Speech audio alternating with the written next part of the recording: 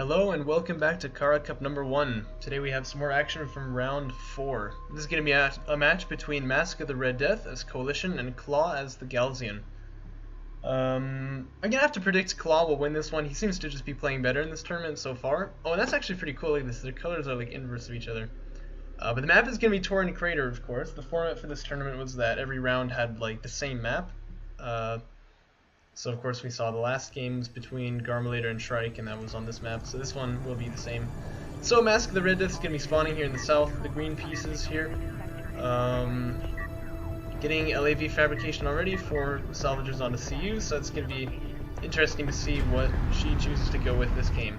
And spawning up in the north, playing as the Galzian, the red pieces I said? They're not really pieces, are they? But you get the idea. It's going to be Claw, who generally has gone for sort of an early aggression strategy with the Galzian, which I love, obviously, because that's what I always do. But this time seems to be holding this production cruiser back here, just making some more salvagers, so it's going to be a bit more of an economic game from him. Already moving the space runner on the field, some good scanner. You know, I'd like it if the scanner was down in the pit, actually, because it makes it a little harder to attack. But still, you know, going to get some good map vision with this scanner here. Masque of the Red Death, meanwhile, also deploying a probe, but you see it's not really moving out across the map, just holding out here. So I guess that can be like an early warning system, I suppose. Actually, she's gone ahead and salvaged the base runner, hasn't she? Not sure I like that move, because look, she's got, you know, like 4 units queued up and still like 600 CUs in the bank, so there's not really anything that she can do with that money.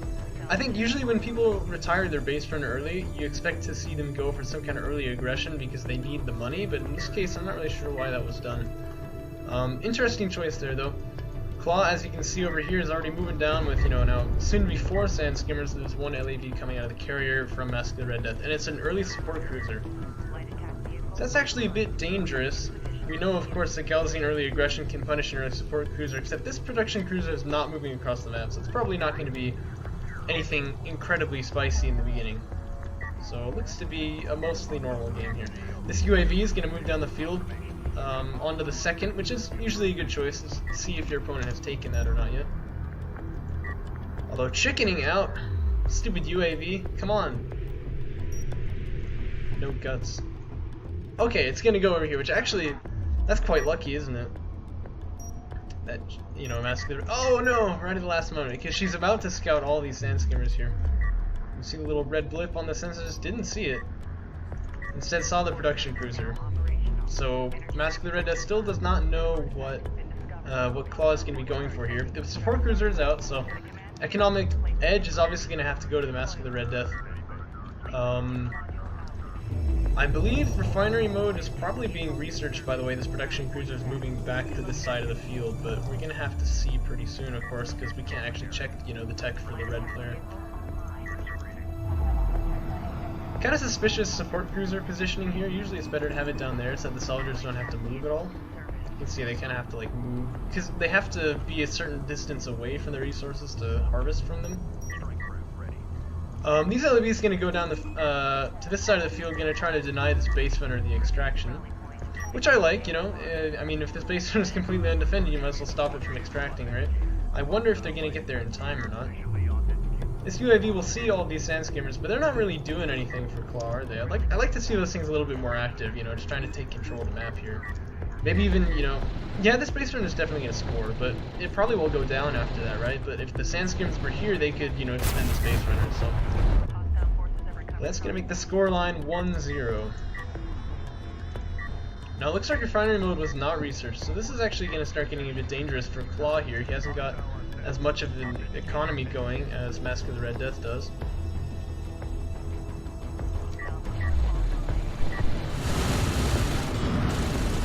I love the noise of the bullets hitting the base runner. And it's gonna go down. Still no huge play has been made here, but actually Masque of the Red Death opening a 3rd base. That's pretty big. She's researched railgun fabrication, I see. That's an interesting choice. I would have gone for AAVs because, you know, of course your opponent doesn't have anything that railguns are really good at. Oh, this is not the fight you want to take. You should probably back out here. Okay, so Claw's getting a good engagement now, getting to get a lot of damage on this one LAV here. Should probably pull this guy back. Okay, so one sand skimmer is going to go down. The focus fire is not really coming out, but it's 1 for 1 right now. These LAVs all stand to be destroyed, though. This is pretty bad. 2 for 1 trade now. 3 for 1. 4 for 1. Focus fire not really coming in for either player. Both of them could maximize the efficiency of these units by having them all target the same person, you know what I mean? These LAVs still targeting the wrong sand skimmer. It's gonna be 5 for 1 now, 5 for 2, 6 for 2. So these trades are coming massively in favor of Claw here. Might even get this one. You know, I think these sand skimmers are healthy enough. They can just poke in and get that one. But maybe he's worried about the carrier. That's fair. But really, you know, his opponent here is on 2.5 base economy, I guess you could say. Although a salvager does go get down, that's a nice pick. But I feel these sand skimmers should press the advantage that they have right now. You know, come in here, try to do some economic damage and deny the economic strategy from the opponent. Okay, this is a nice move picking off this wounded LAV, gonna get this one too. Units lost have probably spiraling out of control a little bit here. Yeah, it's 1,000 to 450. Another one goes down. Claw's just chewing up these LAVs here. Oh, that one even makes it out with 39 health. You know, when you're the player, the coalition player in that scenario, these guys have more range. I mean, after the sand skimmers get a certain amount of distance away, you can chase them without actually taking any damage, and you can pick off a unit that's up of health like that. So that's always some nice micro that you can do there. But the sand skimmers now also at 1/1 upgrades. These LAVs at 2 armor. So that's kind of interesting. They probably balance out actually. You know, I'd love to see someone do a video where they talk about like which upgrades are more valuable to get. Like, does a sand skimmer with 1 damage, 1 armor beat an LAV with 2 armor? I don't know. It's an interesting question. This probe here could possibly be a bit more proactive. I mean, we see there's a bunch of railguns moving on the field here, but Masque of the Red Death still has not learned anything of such nature because this UAV is just a little bit out of range of that production cruiser. Obviously you can't leave it in range of the production cruiser, it'll die, but you can kind of get some information about like what units your opponent is making. These sand skimmers, we're going to go in for a poke there in the LAVs, but these AAVs have blocked them, and in fact, oh no, don't tell me he's going to get away. Oh, I hate that. These LAVs here definitely could have secured the kill there, but that is okay. Now Masque of the Red Death is making railguns and AAVs. Meanwhile, Claw is making railguns of his own. So this could be a good engagement for Claw, it could be good for Masque of the Red Death, I'm not really sure yet. Although, Claw seems to just have kind of better numbers of everything at the moment. His scanner will go down for sure. There's a second base runner, which I like. Just get some time pressure on the field if you could actually, you know, task this to go to the extraction zone, but that's okay. Sometimes the micro is thin. Kind of a questionable scanner position coming out here. I guess he wanted to see like what his opponent had, but I mean, you know, you could also put that scanner like right here and it would stay alive for much longer, or at least draw the AAVs out to there. Anyway, these sand skimmers were contemplating moving in, but they chose not to. It's probably wise. But now some hits going to be coming down on these AAVs. One of the railguns still doesn't totally know what he's doing and is targeting an LAV, but that's alright. One of these AAVs is going to go down here, looks like. The heavy railgun's being targeted by railguns of Masque of the Red Death, though. They're taking some damage. The AAVs are finding a nice angle, but LAVs are going down, so this is looking fairly even. Oh, but now the sand skimmers on top of the railguns. This could be huge. Oh, don't back out there. You could have gotten that one. And in fact, look, they're still tasked to attack this guy, so they're not even shooting back at their oppressors. That's not so good. And all these sand skimmers looks like are getting it cleaned up here, so actually pretty significant micro mistake there from Claw. Could have picked off a railgun, instead just lost all those sand skimmers. Oh, I thought I heard a scanner coming up. This is a logistics module for the carrier. But it's actually a nice placement. I like it when people sort of militarize their logistics modules and try to get map vision with them. I think that's a cool touch. Okay, so we got a second support cruiser coming out, and that's gonna pretty solidly put Masque of the Red Death in the lead as far as economy is concerned. And battle cruiser fabrication. Okay. What does? Okay, second production cruiser coming out though, so actually it looks like the economies are going to be roughly equal at this stage. Battle cruisers, it's an interesting choice. I mean, there are heavy railguns on the field, but not many of them. I suppose that these battle cruisers come out when Claw is not expecting them, and this UAV looks like it's going to get sniped. Yeah, it is. I think if those battle cruisers come out in kind of a surprise, you know, like, could catch Claw off guard, Masque of the Red Death could just kind of push in and obliterate some stuff out there. Little minor engagement going on here as I ramble on about things that are completely hypothetical. actually turning into a big engagement, but this is one that I feel the Sandskimmers are always going to lose. So, you know, wisely they choose to back out. I don't know, I guess battlecruisers can actually do pretty well here. We'll have to see how they're used though. Claw meanwhile is making more and more Sandskimmers, which I guess makes sense. You know, he needs to screen his railguns from these LAVs, of course. This support cruiser here cannot find its way outside of the carrier. Okay, it's finally made its way out, but that's actually some pretty significant mining time loss. You see Masque there frustratingly giving him queued up orders to try to just get him away from that carrier. That's always pretty annoying when that happens, but that's a topic for another day. Looks like a little push coming in here from Masque the Red Death. Wants to stop this artifact, which has finally been exfiltrated. It's gonna be too late for that, but this might be an engagement here. These railguns are targeting LAVs, you know. Better to target the AAVs with those. Sandskimmer's coming in here, there's quite a few of them, and they're picking off some LAVs. This is pretty good. I mean, sure they're going to take damage here, but they're probably going to do more damage than they take. Really should have gotten this LAVs on 8 health. Gay off. 8 health wonder, gay off. Anyway, Sandskimmer count's beginning to get a little bit out of hand here. I like how Claw's gone for missile ships, just in case the tech choice is going to be, air. Always good to have some insurance for that. In reality, it's going to be battle cruisers, but I feel like missile ships are actually okay against that too, because they also can do some serious damage to that.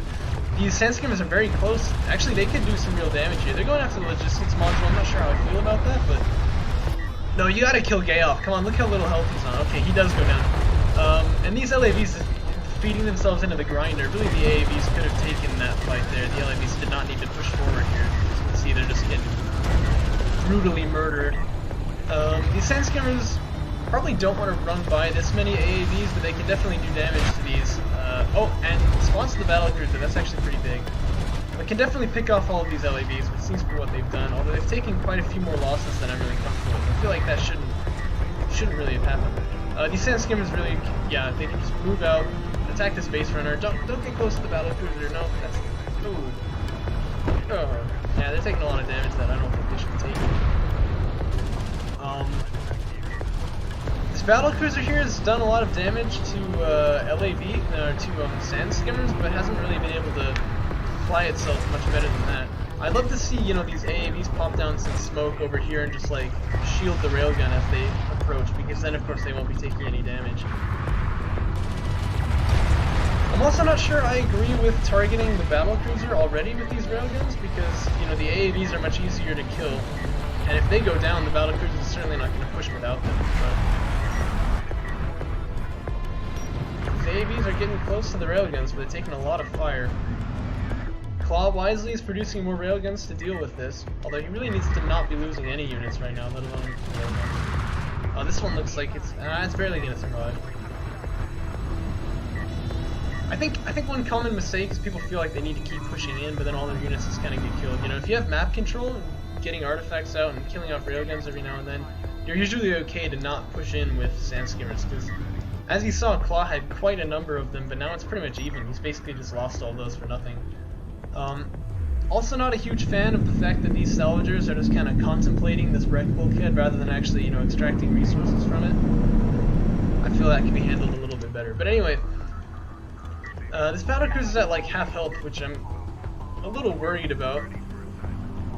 Remember, battlecruisers don't really do much unless they're like in the action. Especially moving out on this wide flank here, I feel is really dangerous for it. Probably better if it went in on this side. But just being at half health, taking all those railgun shots, I don't really feel safe about a battlecruiser moving out on the field right now. Just a couple railguns could really ruin its day there. The LAVs are going to poke in here. What are their upgrades looking like? Full upgrades on the LAVs. Not quite full on the Sandskimmer, so they should have a little bit of a lead. This missile barrage could have been huge, but misses just barely.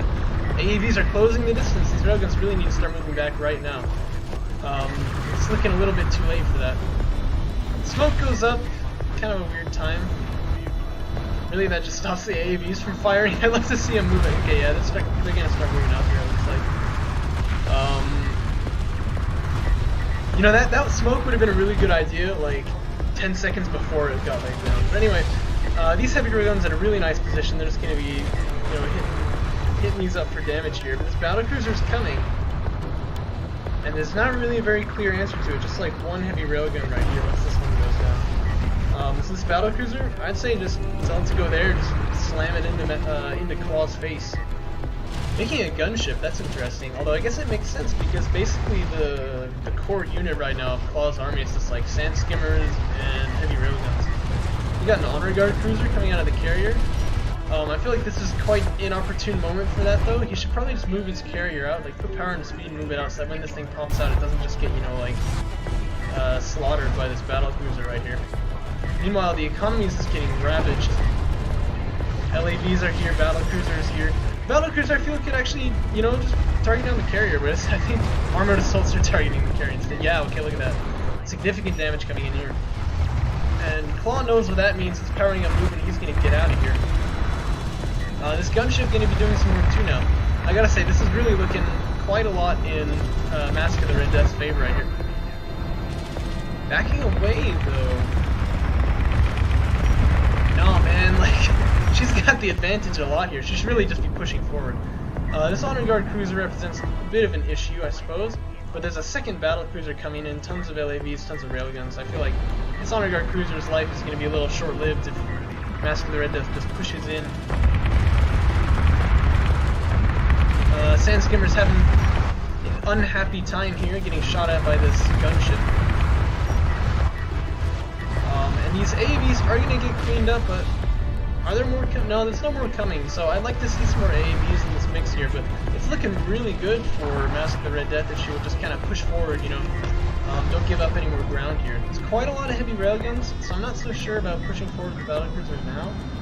But I mean, these like LAVs here and railguns, they can take down this honor guard cruiser. In fact, got it down to half health, but now leaving. And of course, we know honor guard cruisers re-heal, so that's a little bit unfortunate. I'd like to see this attack just be a little bit more decisive. You know, just like, hey, I've got my enemy on the ropes. Let's just finish this off right now and just push in there and, you know, take things out before all these heavy railguns popped out. But a bit too late for that now. Meanwhile, Masque of the Red Death's starting to float quite a few resources. You know, just a couple AAVs would be a nice choice here. There's strike fighters in the hood. I like that. There is a missile ship back on the field now, but missile ships go down surprisingly fast. I know anti-air is not done for. Well, actually, I guess I can't check. It's unclear to me if anti-air is done for the honor guard cruiser, but that's usually like, I mean, that ability actually takes away its ability to like attack the ground, so it's kind of a strange one. Not often do you want to use that. These sand skimmers here, feeling lucky, I guess. They're sure they can take on whatever's out there. This probe gonna see them moving across, but once again running away with these battlecruisers. I really don't understand why. I mean, like, there's railguns out on the field, sure, but there's also railguns for Masque of the Red Death. I mean, I feel like there's not really so much that can contend with these battlecruisers. It really just, like, the opposition to Masque of the Red Death is just mounting with every moment, so now it's kind of like the time to strike, not the time to back away. And she seems to want to do that with the carrier, so that's kind of interesting. There's a lot of power reserves in here. Backing away though. So look, here's another tip. Sand skimmers do not beat carriers, so carrier does not need to back away. You can just push forward here. But yeah, okay, so the railguns are in a nice position here, but here come the strike fighters. No, it's actually just both of the gunships. I don't really like that because they can't really do much damage. Okay, yeah, strike fighter's getting to launch. This missile ship has to be the priority target because it's going to kill these units here. But they're targeting railguns, unfortunately. Now the carrier's starting to take quite a lot of damage to these railguns, but as you can see, they're all going down. I mean, that's the end of the railguns there. No, so don't fall back, push in, you got the advantage here. These LAVs can go for like a backstab, go for the economy, because of course honor guard cruisers are pretty good counter to them, so Masque of the Red Death isn't going to want to be... Oh, wow, look at the damage. Ouch, that was quite a good honor guard cruiser shot right there. Oh, and the LAVs are running in there too. Yeah, see, LAVs can go for like a backstab here, railguns can fight the honor guard cruisers, but you gotta kind of split them up. Battle cruisers just run forward, you know, I mean, there's not much out there that can contest them. Just run, just go. I know you're on fire, but go. Oh well. Full veterancy LAV here, that's pretty cool. Is it Gim or Jim? Probably Gim, but kind of weird name. But this is quite the LAV right here. I hope he doesn't just die to the carrier. Looks like, oh dear, yeah. I don't know, he reached the rank of captain and he was just like, I can do what I want, and then he died. That's why positions of power are not just given to anyone.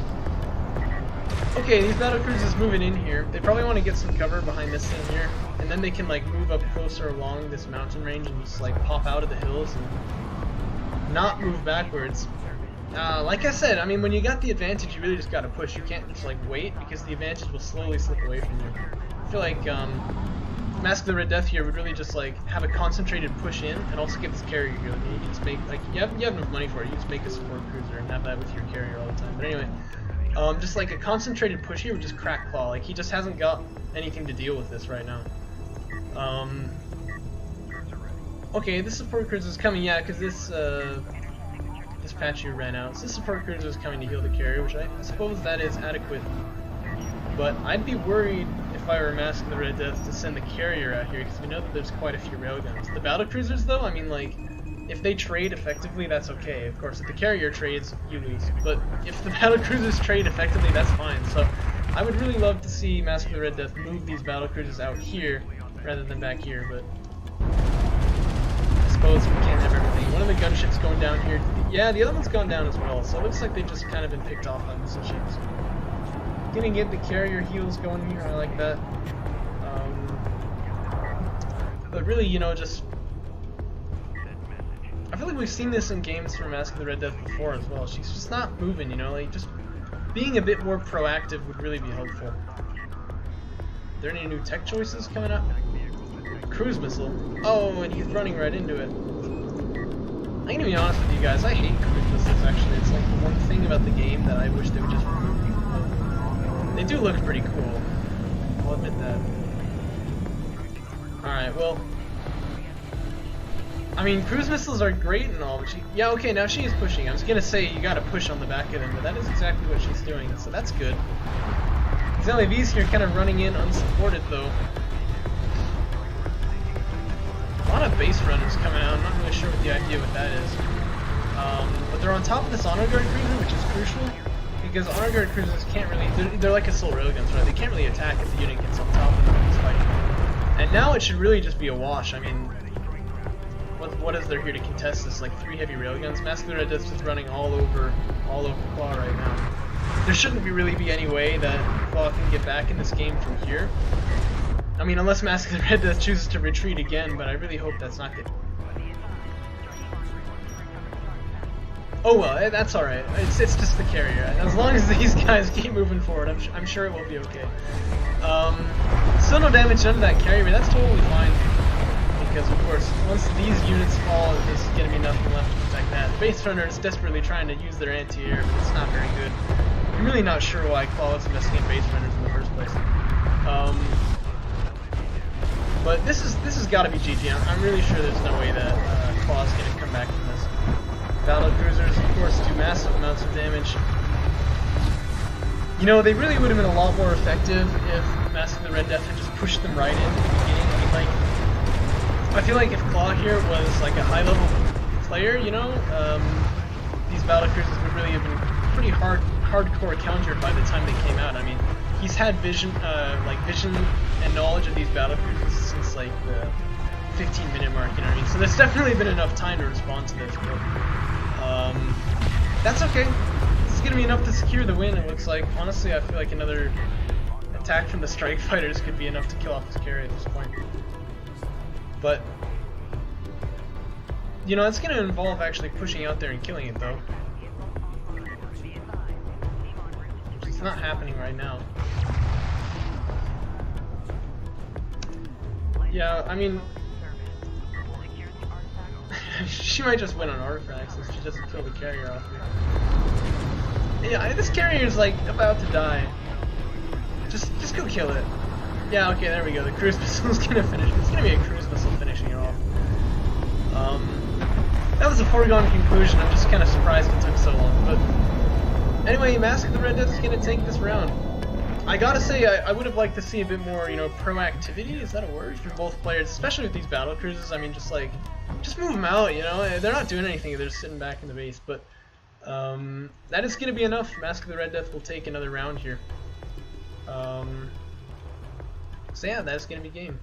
And, you know, good on her for getting the artifacts out, and she was on to 4, getting this 5th one out right here, so even if that attack completely failed somehow and she got out with just her carrier, she would have won. So, you know, you gotta give props to people for doing that. Let's check out the stats real quick.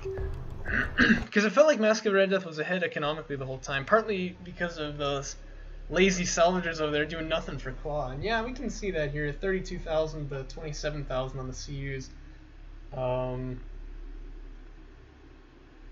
Yeah, I think that was probably the biggest reason, honestly, why Masque of the Red Death won, was just because, you know, she was mining off of more bases.